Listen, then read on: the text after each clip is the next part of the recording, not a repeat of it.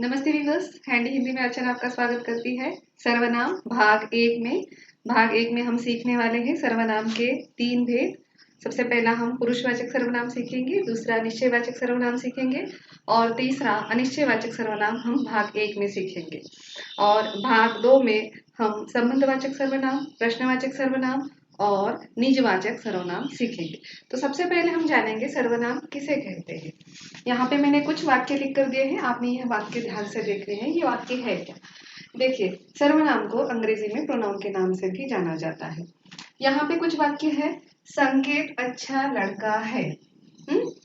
संकेत अपनी कक्षा में प्रथम आता है, इसलिए संकेत को सभी अध्यापक प्यार करते हैं। तो इसमें कौन सा एक शब्द है वो बार बार आया है? कौन सा एक शब्द है वो बार बार आया है? यह संकेत नाम का जो शब्द है, यह जो शब्द है वो बार बार आया है। तो देखिए, संकेत अच्छा लड़का है, यहाँ पे हमको उसके बारे में समझ में आ रहा है कि ये कोई संकेत नाम का एक व्यक्ति है, वो बहुत अच्छा है।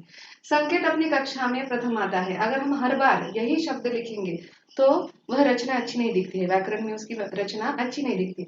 अगर हम इसी शब्दों को, इसी वाक्यों को अगर ऐसे लिखे, संकेत अच्छा लड़का है, देखिए पहला जैसे कि वैसे हमने लिखा है, वह अपनी कक्षा में प्रथम आता है। यहाँ पे संकेत की जगह पर हमने वह लिखा है। इसलिए संकेत को सभी अध्यापक प्यार करते हैं, इसलिए उसको संकेत की जगह पर फिर से उसको आया है। तो यह जो शब्द है वह, उसको, इससे क्या होता है? अर्थ ठीक से पता होता है हमको, शब्द का जो वाक्य का अर्थ है वो ठीक से पता रहता है। तो ऐसे जो शब्द होते हैं उन्हीं को सर्वनाम कहते हैं, जो कि संज्ञा के जगह पर प्रयुक्त होते हैं। तो उसकी परिभाषा हम किस प्रकार से करेंगे? जो शब्द संज्ञा के जगह पर प्रयुक्त होते हैं उन्हें सर्वनाम कहते हैं। ठीक है, तो हम उसकी परिभाषा लिखेंगे।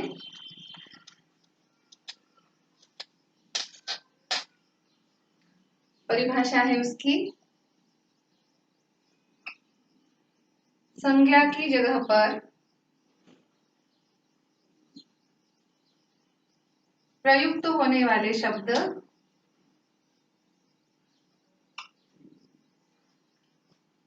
प्रयुक्त होने वाले शब्दों को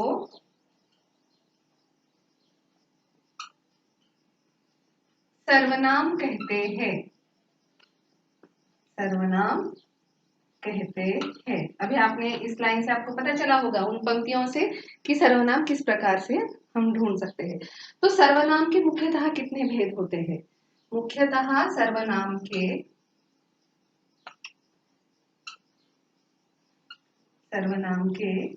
6 भेद हैं। ठीक है, तो सबसे पहला भेद है पुरुषवाचक सर्वनाम। पुरुषवाचक सर्वनाम। दूसरा है, पुरुषवाचक सर्वनाम को अंग्रेजी में हम पर्सनल प्रोनाउंसिएशन के नाम से भी जानते हैं, पर्सनल प्रोनाउंस। दूसरा है हमारा निश्चयवाचक सर्वनाम। निश्चयवाचक सर्वनाम। निश्चयवाचक सर्वनाम को हम डोमेस्टिट्यूट प्रोनाउन के नाम से जानते हैं अंग्रेजी में। तीसरा है अनिश्चयवाचक सर्वनाम। अनिश्चयवाचक सर्वनाम।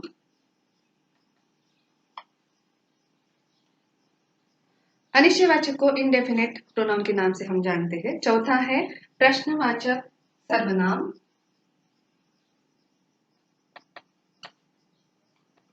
प्रश्नवाचक सर्वनाम। प्रश्नवाचक सर्वनाम को हम इंट्रोगेटिव प्रोनाउन के नाम से जानते हैं। आगे है संबंधवाचक सर्वनाम। संबंधवाचक सर्वनाम।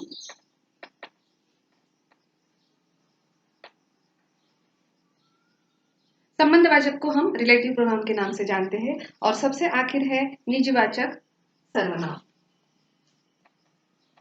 निजवाचक सर्वनाम, जिसे हम अंग्रेजी में रिफ्लेक्टिव प्रोनाउन के नाम से जानते हैं। तो सबसे पहले याद करना है प्रोनाउन क्या होता है, मतलब सर्वनाम होता क्या है। सर्वनाम की जगह, संज्ञा की जगह पर जो शब्द प्रयुक्त होते हैं उन्हें हम सर्वनाम से जानते हैं। और सर्वनाम के मुख्यतः कितने भेद हैं? 6 भेद है। पुरुषवाचक सर्वनाम, निश्चयवाचक सर्वनाम, अनिश्चयवाचक सर्वनाम, प्रश्नवाचक सर्वनाम, संबंधवाचक सर्वनाम और निजवाचक सर्वनाम। तो सबसे पहला हम आज भाग 1 में 3 सीखने वाले हैं, पुरुषवाचक सर्वनाम, निश्चयवाचक सर्वनाम और अनिश्चयवाचक सर्वनाम। पहला हम सीखेंगे पुरुषवाचक सर्वनाम।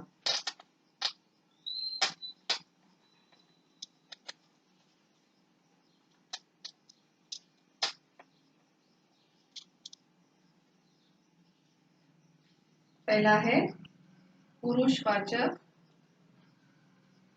सर्वनाम। देखिए अभी पुरुषवाचक सर्वनाम कैसे पहचाने जाते हैं।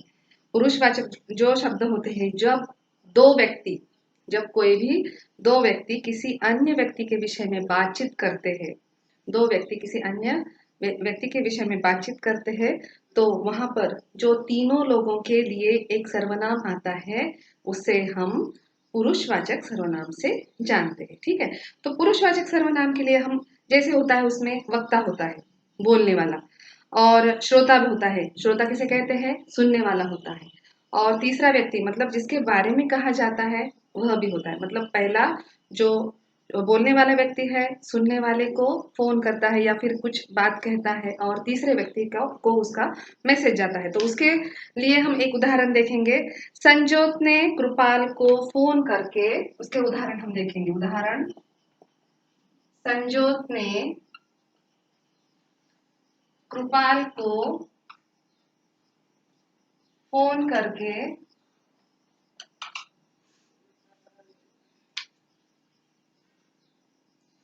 सोहम को घर बुलाने को कहा। सोहम को घर बुलाने को कहा। देखिए अभी सबसे पहला व्यक्ति है, यहाँ पर कितने व्यक्ति है? संजोत, कृपाल और सोहम। संजोत ये पहला व्यक्ति है, ये कृपाल ये दूसरा व्यक्ति है, और तीसरा व्यक्ति है सोहम। संजोत क्या कर रहा है? यहाँ पर बोलने का कार्य कर रहा है। संजोत ने बोलने का कार्य किया है, कृपाल ने सुनने का कार्य किया है, और इन दोनों का मैसेज सोहम को दिया है। किसने? कृपाल ने मैसेज दे दिया है। तो इससे आपको क्या पता चल रहा है? पुरुषवाचक सर्वनाम का एक उदाहरण हमने देखा है, जब दो व्यक्ति किसी अन्य व्यक्ति के विषय में बातचीत करते हैं और इन तीनों व्यक्तियों के बारे में जिसमें बताया जाता है उसे हम पुरुषवाचक सर्वनाम से जानते हैं। लेकिन पुरुषवाचक सर्वनाम के उपभेद है, उनके भी उपभेद है। उनके कौन से उपभेद है? पुरुषवाचक सर्वनाम के 3 भेद है। 3 भेद। उसके 3 भेद कौन से है देखेंगे अभी। पहला भेद है, उसमें पहला भेद है उसमें उत्तम पुरुष, उत्तम पुरुष। दूसरा है मध्यम पुरुष, पहला, दूसरा और तीसरा। तीसरा है अन्य पुरुष, तीसरा है अन्य पुरुष। ठीक है, यह हम उदाहरण देखेंगे। लेकिन पुरुषवाचक सर्वनाम में कुछ ऐसे उदाहरण होते हैं जैसे कि मैं, तू, वह, तुम, हम। देखेंगे अभी इसमें उदाहरण कौन से होते हैं। मैं, तू, वह, हम। देखिए मैं खुद के लिए कहा जा रहा है, यह व्यक्ति खुद के लिए कह रहा है। तू दूसरे व्यक्ति के लिए कह रहा है। यहाँ पे क्या हो रहा है? दूसरे व्यक्ति के लिए यह कह रहा है। तीसरा वह, वह किसके लिए कहा जा रहा है? मैं खुद के लिए, तू दूसरे व्यक्ति के लिए, और वह तीसरे व्यक्ति के लिए यहाँ पर कहा जा रहा है। समझ में आ रहा है क्या हो रहा है यहाँ पर? हम्म ठीक है, तो यह शब्द जो होते हैं ये किस में आ जाते हैं? पुरुषवाचक में। लेकिन पुरुषवाचक के जो 3 भेद है वो 3 भेद हमको सीखने हैं कि उत्तम पुरुष क्या है, मध्यम पुरुष क्या है और अन्य पुरुष क्या है। ठीक है, तो सबसे पहला हम सीखेंगे उसमें से उपभेद जो है उत्तम पुरुष सर्वनाम। ठीक है,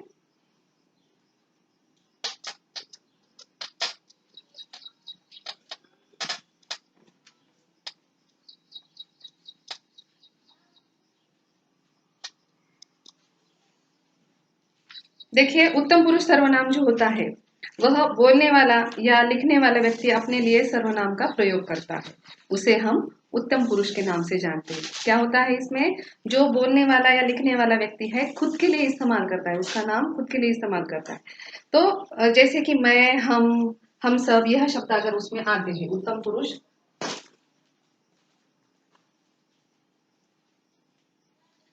उत्तम पुरुष की डेफिनेशन हम कैसे कहेंगे, उत्तम पुरुष में बोलने वाला या लिखने वाला व्यक्ति स्वयं के बारे में, खुद के लिए या फिर अपने लिए इस्तेमाल करने वाले जो शब्द होते हैं उनको हम कौन सा पुरुष कहते हैं, उत्तम पुरुष के नाम से जानते हैं। और उसके उदाहरण कौन से हैं, मैं, हम सब। इसमें अगर उदाहरण देखेंगे, मैं, हम और हम सब आते हैं इसमें। ठीक है, लेकिन इसमें एक काम करना है, जो भी जब भी आप सर्वनाम सॉल्व करते हो तो उसमें कारक के जो कर्ता, कर्म, करण, यह जो आते हैं वह भी उसमें समाहित होते हैं। लेकिन जो आखिर का है, संबोधन सर्वनाम में नहीं आता है, संबोधित नहीं करते हम सर्वनाम में। ठीक है, संबोधन सर्वनाम में आता नहीं है। तो देखेंगे कि किस प्रकार से हम इसका एक वचन से बहुवचन कर सकते हैं। तो उत्तम पुरुष है, पुरुषवाचक सर्वनाम का जो उत्तम पुरुष है, यहाँ पर मैं है। अगर मैं, हम एक वचन में लिख रहे हैं, मैं अगर हम उसको एक वचन में लिख रहे हैं, उसका बहुवचन कैसे होगा।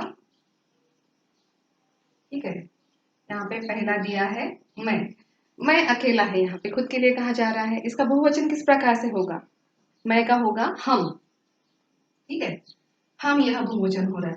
अभी इसका एक वाक्य बनाकर देखेंगे हम।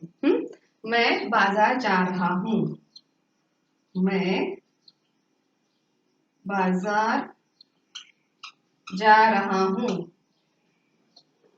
ठीक है, यहाँ पे मैं सर्वनाम का इस्तेमाल हो गया है एक वचन के लिए। अगर वही हम यही वाक्य बहुवचन बनाकर लिखेंगे, हम बाजार जा रहे हैं, देखिए क्या हो गया है, यहाँ पर मैं की जगह पर हम आए, मतलब रिस्पेक्टिव वर्ड्स। यहाँ पे सर्वनाम में कुछ ऐसे शब्द होते हैं जिसमें रिस्पेक्टिव वर्ड्स, आदर तिथ्य वर्ड्स देना पड़ता है, आप कहना पड़ता है, तू या तुम नहीं कहना पड़ता है। सर्वनाम में आदर तिथ्य जो वर्ड है वह आप होता है। ठीक है, वह याद रखना है आपने। अभी आपने मुझे बताना है, मैंने का बहुवचन क्या होता है, हमने। मुझे, हमें, और मुझको, हमको। ठीक है, मुझसे, हमसे, या हमारे द्वारा। उसका मुझसे अगर एक वचन आता है तो उसका बहुवचन में आता है हमसे। मुझे, हमारे, या फिर मुझको, हमारे लिए भी हो सकता है। ठीक है, या फिर ये होता है मेरा, हमारा, मेरा, मेरी, मेरे, हमारा, हमारी, हमारे, इस प्रकार से उसका बहुवचन होता है।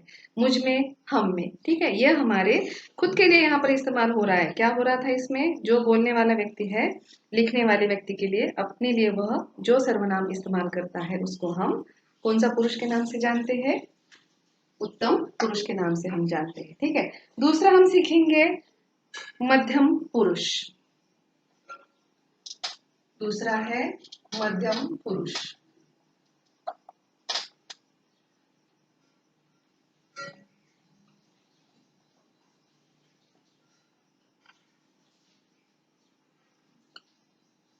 देखिए, अभी मध्यम पुरुष किसे कहते हैं।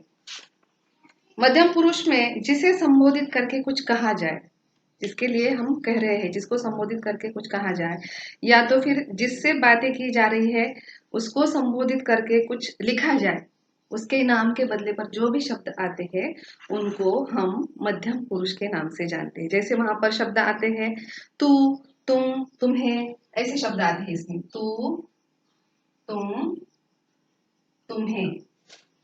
देखिए, दूसरे व्यक्ति के बारे में कहा जा रहा है, मध्यम पुरुष में दूसरे व्यक्ति के बारे में कहा जा रहा है। तू है, हम दूसरे व्यक्ति को इस्तेमाल करते हैं। तुम, यह भी हम दूसरे व्यक्ति के लिए इस्तेमाल करते हैं। और तुम्हें, यह भी हम दूसरे व्यक्तियों के लिए इस्तेमाल करते हैं। तो इससे जुड़े हम एक दो उदाहरण देखेंगे मध्यम पुरुष का।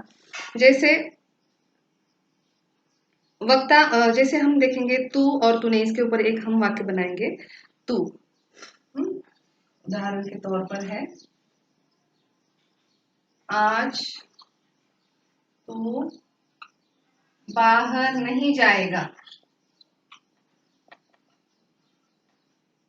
ठीक है, यहाँ पर एक वाक्य है, आज तू बाहर नहीं जाएगा, तो यहाँ पे एक वचन में आया है आज।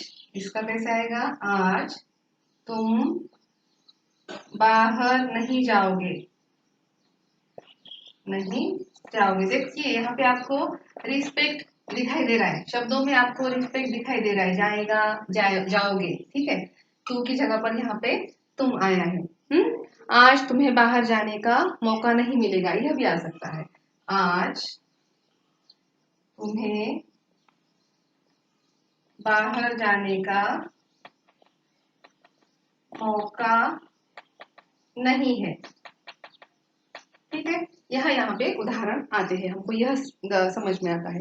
तो जो मध्यम पुरुष है, मध्यम पुरुष के बारे में अगर हमने एक वचन उसमें तू आता है तो तुम आएगा। वैसे ही तुझे, तुम्हें, तुझसे, तुमसे, तेरे लिए, तुम्हारे लिए, तुझसे, तुमसे, या फिर तुझ में, तुम में, यह शब्द उसमें आते हैं और उस प्रकार से हम वाक्य बनाते हैं। तीसरा हम सीखेंगे पुरुषवाचक सर्वनाम का तीसरा जो भेद है, अन्य पुरुष। अन्य पुरुष तीसरे व्यक्ति के बारे में कह रहा है, वह अन्य पुरुष।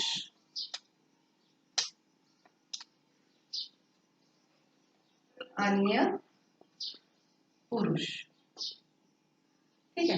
तो अन्य पुरुष क्या है? यह अन्य पुरुष में हम किस प्रकार से समझ सकते हैं? अन्य पुरुष जो होता है वह वक्ता या श्रोता जिसके विषय में बात करते हैं, उनके नाम के बदले जो प्रयुक्त होने वाले शब्द होते हैं उनको अन्य पुरुष कहते हैं। वक्ता या श्रोता, उनके बदले पे जो सर्वनाम इस्तेमाल किए जाते हैं, जैसे वे लोग, या फिर वे या वह, वे वह लोग इसमें आ जाते हैं उदाहरण के तौर पर।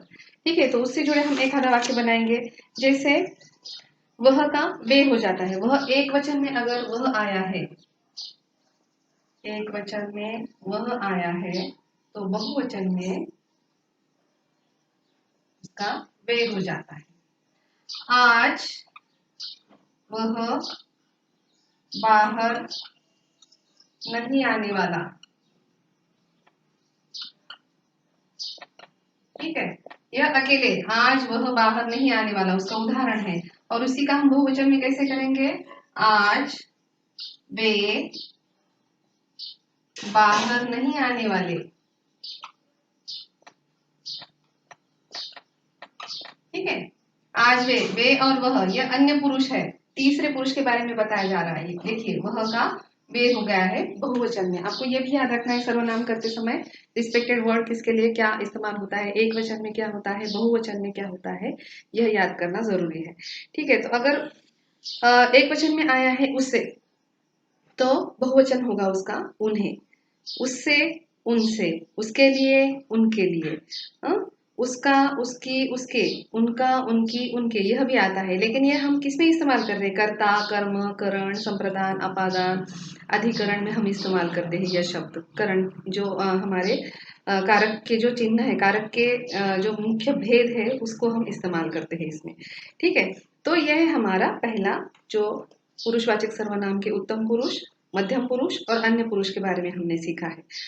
अभी दूसरा भेद है सर्वनाम का मुख्य दूसरा भेद, निश्चयवाचक सर्वनाम। यह निश्चयवाचक सर्वनाम, इससे आपको क्या पता चल रहा है कि निश्चय से क्या याद होता है, उस शब्द से आपको क्या समझ आता है? निश्चय करना, किसी चीज के लिए आप निश्चय करते हो। सर्वनाम का दूसरा भेद है निश्चयवाचक सर्वनाम।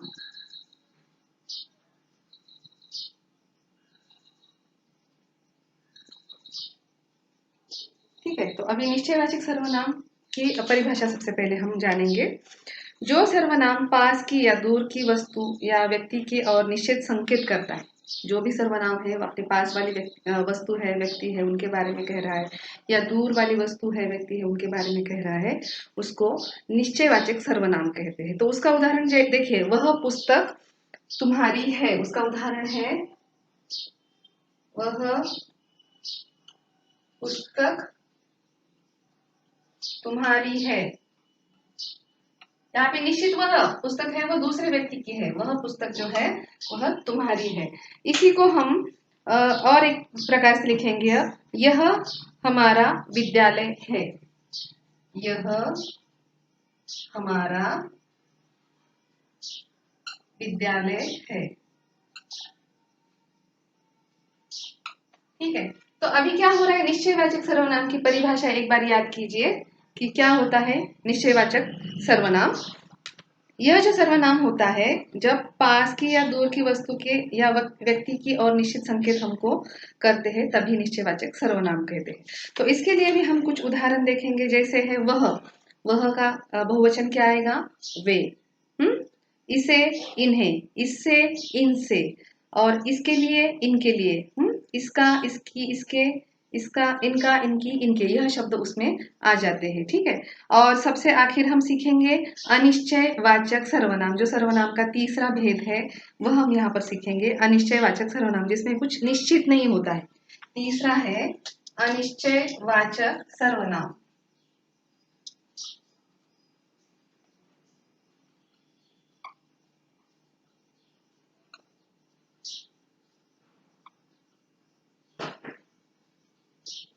देखिए अनिश्चयवाचक सर्वनाम में क्या हो जाता है, उसी नाम में ही पता है कि वो कोई भी चीज उसमें निश्चित नहीं होती है। जिस सर्वनाम से किसी निश्चित व्यक्ति, प्राणी या वस्तु का बोध नहीं होता है उसे अनिश्चयवाचक सर्वनाम कहते हैं। जैसे हम उदाहरण देखेंगे, दरवाजे पर कोई आया है। उदाहरण है, दरवाजे पर कोई आया है। देखिए यहाँ पर कोई पता नहीं चल रहा है वो कौन है, कौन व्यक्ति है, वो उसका पता ही नहीं चल रहा है, वो दरवाजे पर कोई तो आया है। ठीक है, और एक उदाहरण हम देखेंगे उसका, दूध में कुछ गिर गया है। दूध में कुछ गिर गया। ठीक है, यहाँ पे देखिए कुछ और कोई, इससे कुछ भी नहीं पता चल रहा है आपको, अनिश्चित अनिश्चित है वो, संख्या है, क्या है, उसका प्रमाण क्या है, उसका कुछ भी आपको पता नहीं चल रहा है ना, कुछ पता चल रहा है इसका, नहीं पता चल रहा है, तो यही होता है अनिश्चयवाचक सर्वनाम। अनिश्चयवाचक सर्वनाम के हम कुछ उदाहरण देखेंगे, जैसे कि उसका एक वचन में और बहुवचन में क्या होगा।